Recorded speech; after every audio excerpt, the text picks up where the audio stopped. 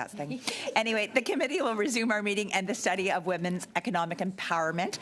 Just for the guests here, just to remind you, you have on here French, English, or auxiliary, so you can listen to the floor, and just make sure your mic is on and off, and your earpiece is not too close to the mic for interference. But I am very pleased to welcome our next two speakers. We have Wendy Coutier. When I say that wrong, please correct me. The founder and academic director, Diversity Institute for Ted Rogers School of Management, and Paula Huntley, who is a business owner. I will be providing you each 5 minutes for your opening remarks, starting with Wendy. Wendy, you have the floor for 5 minutes. Thanks very much, and really pleased to be here today. Very grateful to have an opportunity to speak. My name is Wendy Coutier, and I am a professor of entrepreneurship and strategy at Toronto Metropolitan University. I've also founded several startups as well as social ventures, and I've been on the board of a number of tech companies. So what I'm going to talk about today is our work primarily at the Women Entrepreneurship Knowledge Hub, and I welcome questions about that, but also about the broader approach that I really hope that the committee will think about in deliberating on this issue. Some of you may have seen the article that Morley Gunderson, an economist at the University of Toronto, and I published recently in the Globe and Mail. And why I reference that is because I think we need a fundamental paradigm shift in Canada in our thinking about economic development and innovation. And I say that as a former president of research and innovation at the university. My observation is that a lot of our strategies are derivative. We look at what the U.S. does and we say, oh, our productivity is lower, oh, our investments in research are lower, oh, we don't invest enough in skills, without understanding the differences in the economy. So in the United States, 50% of employment is with large business, 50% of private sector employment is with small business. In Canada, large businesses account for only 10% of private sector employment. Small, medium enterprises account for 90%. So when we think about where we're putting our money, what we're investing in, who we're supporting, we have to be laser focused on small, medium enterprises. That's the first thing that I wanted to say. The second thing that I wanted to say is that the Women Entrepreneurship Knowledge Hub, which has 10 sites across the country, very deliberately took an ecosystem focus. So rather than just looking at supporting organizations targeting women entrepreneurs, we look at what financial institutions are doing, what the regional development agencies are doing, what the Business Development Bank of Canada is doing, what our legislative policies and practices are, what large businesses are doing who say they support women entrepreneurs but don't dedicate any of their expenditures. And that's the other thing that I wanted to say because, from what I've heard of the testimony, quite rightly, there's been a lot of discussion about how to dedicate funds specifically for women entrepreneurs. But what I would suggest to you is that the bigger and more impactful strategy is to remove the barriers in the mainstream funding because there's way more money. There's way more money in government and in the private sector that we could be leveraging to support women entrepreneurs. And out of our research have come a few insights that I think are fairly important. There are still limitations in the data, and the disaggregated data that people have referenced is super, super, super important.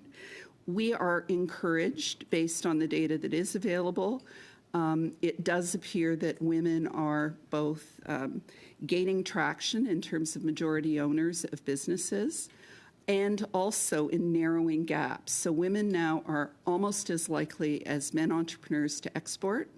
If you look at innovation, women are actually more likely to innovate in terms of products. We still know that women-led businesses are underfinanced, smaller, and tend to be concentrated in some sectors and not others. And that's very much a function of a long-standing problem around the underrepresentation of women in science, technology, engineering, and math. So I've been working on women in technology for 30 years, and I can tell you today there are fewer women in computer science and only marginally more in engineering since the Montreal Massacre. So it's moved from 20% to 24% in terms of women in STEM. And that has an impact, obviously, on women's ownership of high-growth companies that we tend to be preoccupied with.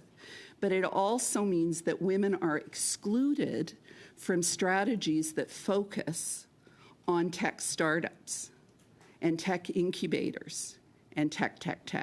So those are just a few of the key points that I wanted to make. The final one I'd like to end on, and this has been said by others, but we have the data, is that Black women, Indigenous women, racialized women, immigrant women, women with disabilities, those who identify as 2S LGBTQ+, and so on, face more barriers, and we can talk more about that. Wonderful. Thank you so much. I'm now going to move over to Paula Huntley. Paula, you have the floor for 5 minutes. Thank you, Madam Chair and committee, for the opportunity today to speak on behalf of this topic, women's economic empowerment.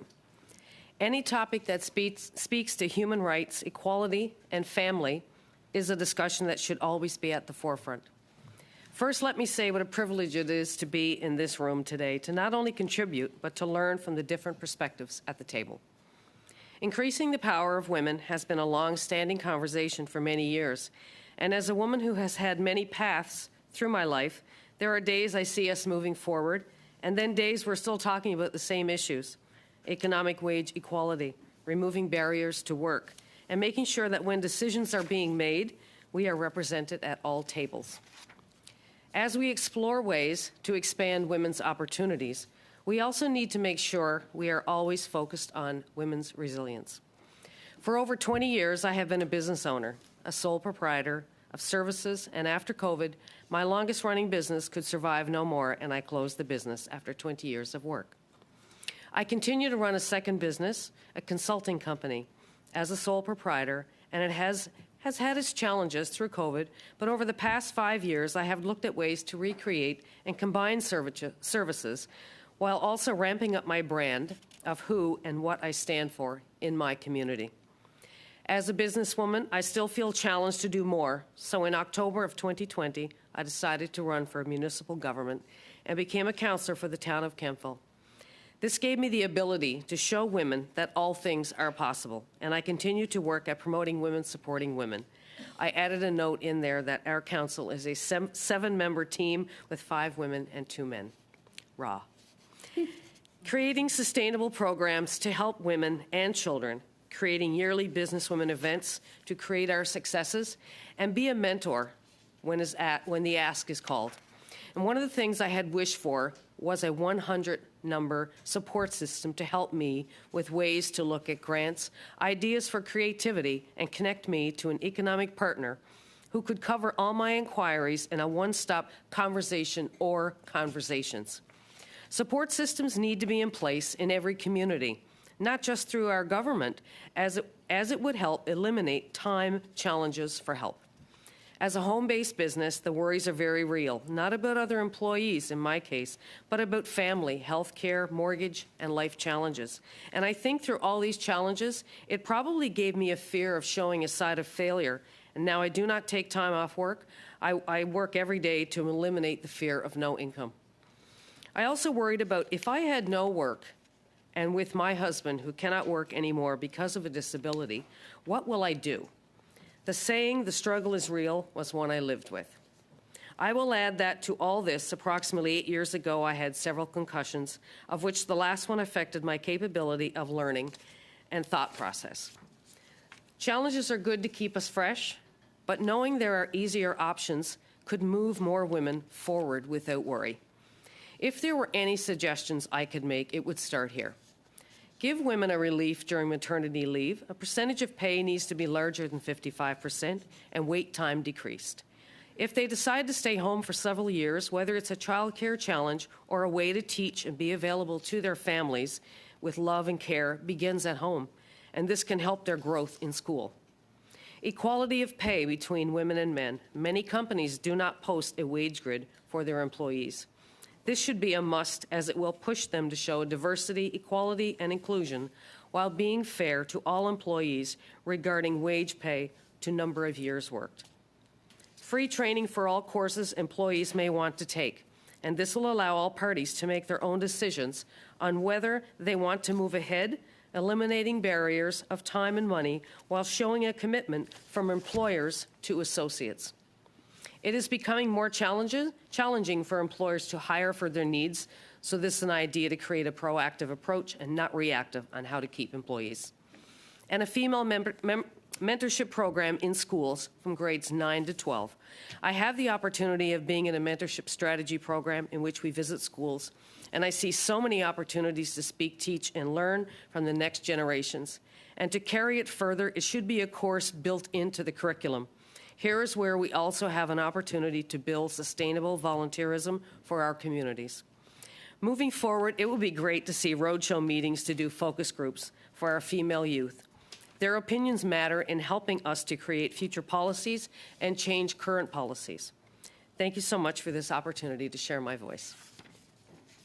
Thank you very much. I'm just going to remind the committee that we do have some committee business. I will try to get maximize all the time that we can do so for the questions and comments. So we will be starting our first round of 6 minutes each, and we will be starting off with Anna. Anna, you have the floor for 6 minutes.